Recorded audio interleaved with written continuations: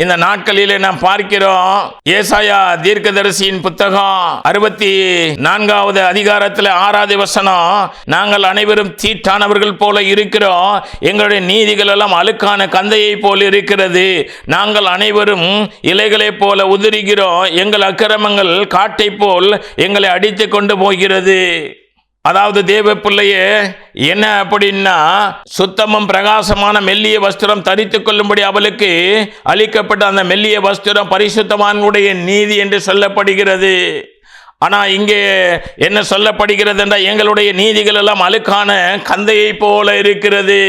அங்கே சுத்தமும் பிரகாசமுமான ஆடை கொடுக்கப்படுகிறது. அது பரிசுத்தவான்களுடைய நீதி. அந்த மனவாட்டியானவள் தன்னை என்ன செய்கிறார்? அந்த சுத்தமும் பிரகாசமுமான ஆடையினாலே தன்னை அலங்கரிக்கிறார். அதாவது உலகத்திலே மனவாட்டியானவள் என்ன செய்கிறார்? நல்ல வஸ்திரங்களினாலே, விலை உயர்ந்த வஸ்திரங்களினாலே தன்னை என்ன செய்கிறார்? அலங்கரிக்கிறார். அதே போல ஆவிக்குரிய மனவாட்டிக்கு என்ன கொடுக்கப்படுகிறது என்றால், சுத்தமும் பிரகாசமுமான மெல்லிய வஸ்திரம் தரித்து கொள்ளும்படி அவளுக்கு அளிக்கப்பட்டது அந்த மெல்லிய வஸ்திர பரிசுத்தவான்களுடைய நீதி.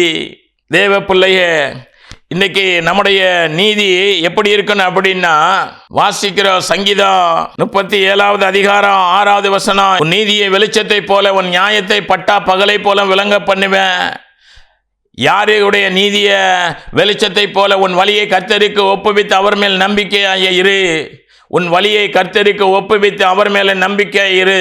தேவ பிள்ளை, இன்றைக்கு ஒரு சபையானது தன்னுடைய வழியை யாருக்கு ஒப்புவிக்க வேண்டும் என்றால் கர்த்தருக்கு ஒப்புவிக்க வேண்டும். ஏன் அப்படின்னா, யோவான் 14:6 சொல்லுகிறது, நானே வழியும் சத்தியமும் ஜீவனுமாய் இருக்கிறேன், என்னை அல்லாமல் ஒருவனும் பிதாவின் இடத்தில் என்ன செய்ய முடியாது, போக முடியாது. அதனால அவர் தான் நமக்கு வழியா இருக்கிறபடியினால் நம்முடைய வழியை யாருக்கு ஒப்புவிக்க வேண்டும் என்றால், நம்முடைய ஆண்டவராகிய இயேசு கிறிஸ்துவுக்கு நாம் நம்முடைய வழியை ஒப்பு கொடுக்கும் போது, ஒப்பு கொடுத்து அவர் மேலே நாம் நம்பிக்கையா இருக்கும் போது, நமக்கு அவர் நித்திய ஜீவனை என்ன செய்கிறாங்க? கொடுப்பது மாத்திரமல்ல, நம்முடைய நீதியை வெளிச்சத்தை போல, நம்முடைய நியாயத்தை பட்டா பகலை போல விளங்க பண்ணுகிற தேவனாக இந்த நாட்களிலே பரிசுத்தவான்களுடைய நீதி, அந்த மெல்லிய வஸ்திரம் என்ன அப்படின்னா பரிசுத்தவான்களுடைய நீதி என்று சொல்லப்படுகிறது. உன் நீதியை வெளிச்சத்தை போல என்ன செய்ய வேண்டும்? காணப்பட வேண்டும். சுத்தமும் பிரகாசமுமான ஆடையை போல, சூரியனை போல ஒரு பிரகாசிக்கிற ஒரு அப்படிப்பட்ட ஒரு நீதியாக, வெளிச்சமாக என்ன செய்ய வேண்டும்? காணப்பட வேண்டும். மல்கியா 4வது அதிகாரம் 2வது வசனம் இப்படியாய் சொல்கிறது, ஆனால் என் நாமத்துக்கு பயந்திருக்கிற உங்கள் மேல் நீதியின் சூரியன் உதிக்கும், அதன் சட்டையின் கீழ் ஆரோக்கியம் இருக்கும், நீங்கள் வெளியே புறப்பட்டு போய் கொளுத்த கண்டுகளைப் போல என்ன செய்வீர்கள்? வளர்வீர்கள். ஆமா, அவர் நாமத்துக்கு பயந்திருக்கிற நம்மீது நீதியின் சூரியன், பரிசுத்தவான்களுடைய நீதி எப்படி இருக்கணும்னா, சுத்தமும் பிரகாசமுமான அந்த நீதியின் சூரியனை போல என்ன செய்ய வேண்டும்? நம்முடைய நீதி வெளிச்சத்தை போல பிரகாசிக்கிறதாக, நம்முடைய நீதியிலே மற்றவர்கள் என்ன செய்ய வேண்டும்? நடக்கிறவர்களாக என்ன செய்யும்? நம்முடைய வெளிச்சத்திலே மற்றவர்கள் வெளிச்சம் காண்கிறவர்களாக நாம் கிறிஸ்துவுக்கு எப்படி இருக்க வேண்டும் என்றால், ஒரு வெளிச்சமாக காணப்பட வேண்டும் சபையானது, விசுவாசி ஊழியர்கள். அப்ப பரிசுத்தவான்களுடைய நீதி எப்படி இருக்கிறது? சுத்தமும் பிரகாசமுமான அந்த மெல்லிய வஸ்திரம் என்னதென்றால் அது பரிசுத்தவான்களுடைய நீதியாக இருக்கிறது. நம்முடைய நீதியெல்லாம் இன்றைக்கு எப்படி காணப்படுகிறது என்றால், ஏசாயா 64:6 படி அழுக்கான கந்தையை போல காணப்படுகிறது. அதனாலே தன் ஆண்டவராகிய இயேசு கிறிஸ்து யோவேல் தீர்க்கதரிசி 2:16 படி, அதனாலே தன் ஆண்டவர் சொல்லுகிறாங்க, ஜனத்தை கூட்டுங்கள், சபையை பரிசுத்தப்படுத்துங்கள், முதியோரை சேருங்கள், பிள்ளைகளையும் பாலுங்கிற குழந்தைகளையும் கூட்டுங்கள். ஏன் அப்படின்னா, மணவாளன் தன் அறையையும் மணவாட்டி தன் மறைவையை விட்டு என்ன செய்ய போகிறாங்க? புறப்பட போகிறாங்க. இன்றைக்கு ஆண்டவராகிய இயேசு கிறிஸ்து என்ன செய்ய போகிறாங்க? மத்திய ஆகாயத்தில் வெளிப்பட போகிறாங்க. அதனால சபை ஆயத்தப்படும்படியாக அந்த கன்னிகைகளுக்கு ஒரு சத்தம் என்ன செய்யப்பட்டது? கேட்டது. மணவாளன் வருகிறார் என்று அவர்களுக்கு எதிர்கொண்டு போக புறப்படுங்கள் என்கிற ஒரு சத்தம். அந்த சத்தத்தை கேட்ட அந்த கன்னிகைகள் என்ன செய்கிறாங்க? தங்கள் தீவட்டிகளை ஆயத்தப்படுத்தினார்கள். அதே போல வெளிப்படுத்தின விசேஷம் 19வது அதிகாரம் 6வது வசனத்தில் வாசித்தது போல ஒரு சத்தம் என்ன செய்கிறது? உண்டாகிறது. அல்லேலூயா, சர்வ வல்லமையுள்ள தேவனாகிய கர்த்தர் ராஜரிகம் பண்ணுகிறார், நாம் சந்தோஷப்பட்டு கலிகுரு அவருக்கு துதி செலுத்த கடவோம். ஆட்டுக்குட்டியானுடைய கல்யாணம் என்னது வந்தது. அவருடைய மனைவி தன்னை என்ன செய்தா? ஆயத்தம் பண்ணினா. தேவ பிள்ளையே, இந்த நாட்களிலே சபையானது என்ன செய்யப்பட வேண்டும்? ஆயத்தப்பட வேண்டும். ஆயத்தப்பட வேண்டிய சபை இன்றைக்கு முற்றிலுமாக பரிதவிக்கப்பட்ட கைவிடப்படுகிற ஒரு நிலையில் என்ன செய்கிறது? காணப்படுகிறது. அதனாலே தான் தேவன் ஜனத்தை கூட்டு சபையை என்ன செய்ய பரிசுத்தப்படுத்தி, அந்த கன்னிகைகள் என்ன செய்கிறாங்க? நித்திரை மயக்கம் அடைந்து தூங்கி கொண்டிருந்தாங்க. சத்தத்தை கேட்ட பொழுது அவர்கள் மணவாளனுக்கு எதிர்கொண்டு போக புறப்படும்படியாக தங்கள் தீவட்டிகளை ஆயத்தப்படுத்தினார்கள்.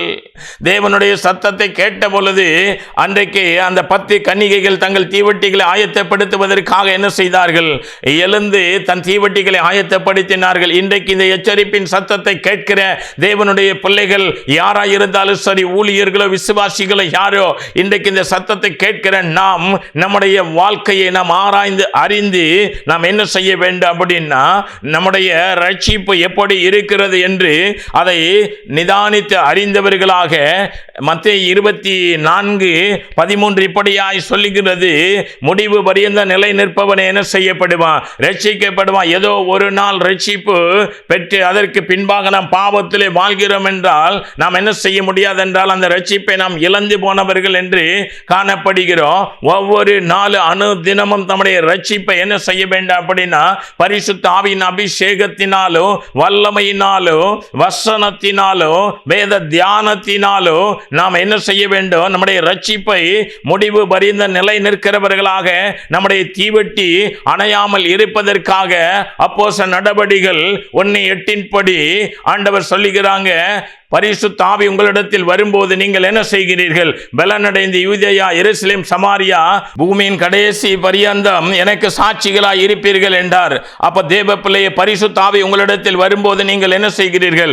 பலனடைந்து எருசலேம், யூதேயா முழுவதிலே, சமாரியாவிலும் பூமியின் கடைசி பரியந்தம் தேவனுக்கு என்ன செய்கிறோம்? சாட்சியாய் காணப்படுகிறோம். அப்ப பரிசுத்த ஆவியானவரினால, சாட்சியின் வசனத்தினால, ஆட்டுக்குட்டியானுடைய ரத்தத்தினால நம்ம என்ன செய்ய வேண்டும் அப்படின்னா, நம்மை சுத்திகரித்து நம்மை ஆயத்தப்படுத்துகிறவர்களாக ஒரு மனுஷன் எப்ப பலன் அடைகிறான் அப்படின்னா, எப்ப ஒரு மனுஷன் பரிசுத்த ஆவியினாலே அவன் நிரப்பப்பட்டு கொண்டே இருக்கிறான்.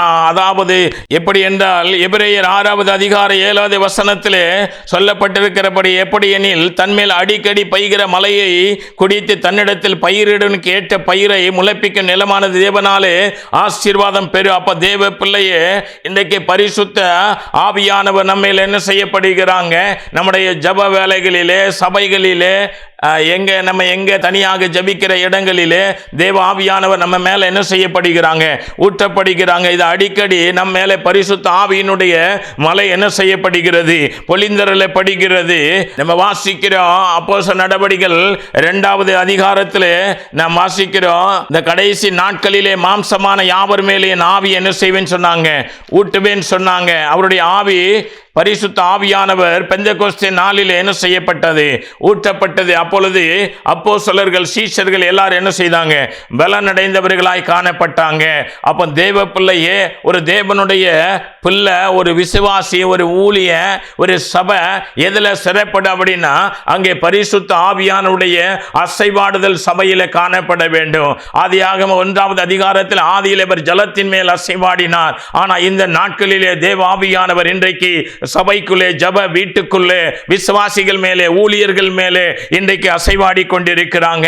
அதனாலே தான் நாம் பரிசுத்த ஆவியை பெறும்போது நாம் என்ன செய்கிறோம் அப்படின்னா, பலன் அடைகிறோம். பலன் அடைந்து நாம் தான் தேவனுக்கு சாட்சிகளாய் காணப்படுகிறோம். இந்த நாட்களிலே சபை எப்படி இருக்கிறது என்றால், பாவ அநித்தியமான வாழ்க்கையிலே, பரிதவிக்கப்பட்ட நிலையிலே, ஜென்ம சுவாபத்தினாலே, மாமிச கிரிகையினாலே இன்றைக்கு பின்மாறி, இன்றைக்கு தள்ளப்பட்டு பாவத்திலே வாழ்ந்து கொண்டிருக்கிறது. அதனாலே தேவன் சொல்லுகிறாங்க, ஜனத்தை கூட்டுங்கள், சபையை பரிசுத்தப்படுத்துங்கள், முதியோரையும் சேருங்கள், பிள்ளைகளையும் பால் உண்கிற குழந்தைகளையும் கூட்டுங்கள்.